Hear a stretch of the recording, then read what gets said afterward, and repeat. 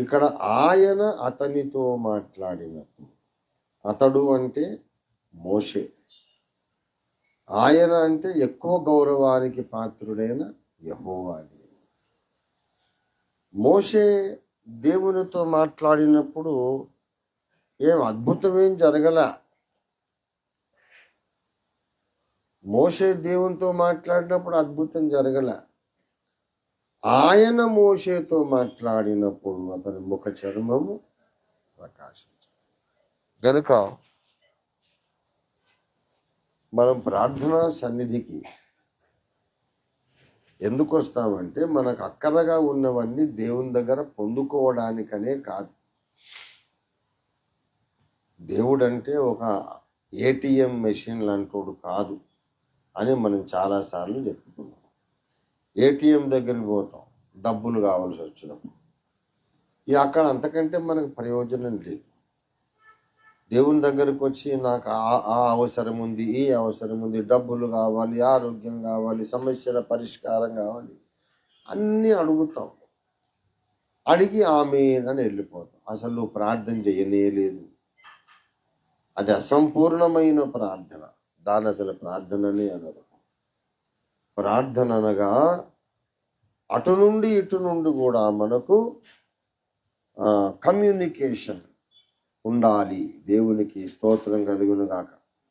మరి అదే నిర్గమ కాండము 33వ అధ్యాయము 11వ వచనం, మనుష్యుడు తన స్నేహితునితో మాట్లాడునట్లు యెహోవా మోషేతో ముఖాముఖిగా మాట్లాడుచుండెను. మోషే మాట్లాడతాడు యెహోవా దేవునితో. అందులో పెద్ద విశేషమేమి లేదు. ఎందుకంటే తన ప్రజల అవసరాల కొరకు, తనకున్నటువంటి సమస్యలను గురించి మోషే మాట్లాడతాడు. మరి మాట్లాడకపోతే ఏం చేస్తాడు? మరి ఇంకో దిక్కుందా? దేవుని దగ్గరనే అన్ని చెప్పుకోవాలి. చెప్తాడు, అందులో విడ్డూరమేం లేదు. కానీ ఒక స్నేహితునిలాగా రివర్స్లో దేవుడు మోషేతో మాట్లాడాడు. ఎప్పుడైతే దేవుడు మోషేతో మాట్లాడాడు, ఆయన అతనితో మాట్లాడడం జరిగిందో, మోషేకు తెలియకుండానే మోషే ముఖ చర్మం ప్రకాశించడం ప్రారంభమైంది. గనుక మన ప్రభు అయిన యేసు ప్రార్థించుచుండగా ఆయన ముఖ రూపం మారెను. మోషే అసలైన ప్రార్థన, టూ వే కమ్యూనికేషన్, అటు ఇటు కూడా కమ్యూనికేషన్ జరిగే ప్రార్థన మోషే చేస్తుండగా మోషే ముఖ రూపము మారిపోయింది, ముఖ చర్మము ప్రకాశించడం. మనం ప్రార్థనకి ఎందుకు వస్తామంటే మన అక్కరలు తీర్చుకోవడానికి మాత్రమే కాదు, మనం రూపాంతరం పొందడానికి వస్తాము. దేవుడికి స్తోత్రం కలిగింది కాక. మరి ఎందుకు వస్తాం ప్రార్థనకి? మరి అడగొద్దా అనండి, మనకు కావలసినవి అడగొద్దా అంటే అడగాలి. అది సెకండరీ, అది రెండవ స్థానంలో ఉన్నటువంటి ఉద్దేశం. ప్రైమరీ ఇంటెన్షన్ అది కాదు. వచ్చాము, మన అవసరతలు చెప్పుకుంటాము, దేవుని చిత్తానుసారంగా మనం ఏదడిగినా అది ఆయన మనకు ఇస్తాడు. అందులో అనుమానం లేదు. రావాలి, మన అక్కర్లన్నీ దేవునికి చెప్పుకోవాలి, దేవుని దగ్గరనే అన్ని సమస్యల పరిష్కారం మనం పొందాలి. మనం ఇంకెక్కడికి పోతాము? ఇదొకటే మార్గం.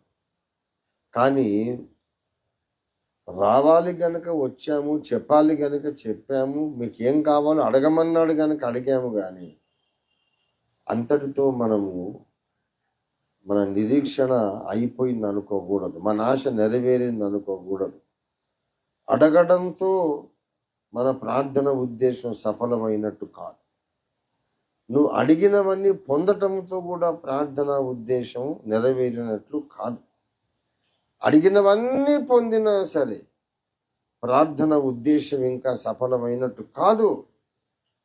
నువ్వు రూపాంతరం ఎప్పుడు పొందుతావో అప్పుడే ప్రార్థన సఫలమైనట్టు లెక్క. అడిగిందల్లా పొందేశావు, కానీ నీ ముఖరూపం మారలేదు, నీ బ్రతుకు రూపం మారలేదు, నీ స్వభావం మారలేదు. అడిగినవన్నీ పొందావు. వస్తువులు, వాహనాలు, ఆస్తులు, జ్ఞానం, సమాజంలో ఉన్నతమైన హోదా, ధనము, ఐశ్వర్యము, చరస్థిరాస్తులు అన్నీ పొందావు. కానీ నీ బ్రతుకు ఇంకా రూపాంతరం పొందలేదు. ప్రార్థన గదిలో నువ్వు గెలిచినట్ట, ఓడిపోయినట్ట? ఓడిపోయినట్టు. మన ఫస్ట్ అండ్ ఫార్మోస్ట్ ఇంటెన్షన్ రూపాంతరము పొందాలి. ఎలాగో మనం అడిగేది మనకు ఆయన ఇస్తాడు. అందుకే దేవుని రాజ్యమును, ఆయన నీతిని మొదట వెతకండి. అప్పుడు మిగతావన్నీ మీకు అక్కరగా ఉన్నవేవో మీరు అడగక ముందే ఆయనకు తెలుసు. దేవుని రాజ్యాన్ని నువ్వు వెతికితే, దేవుని నీతిని నువ్వు వెతికితే మిగతావన్నీ మీకు అనుగ్రహించబడతాయి అన్నారు. దేవుని స్తోత్రం కలుగును గాక. హల్లెలూయా.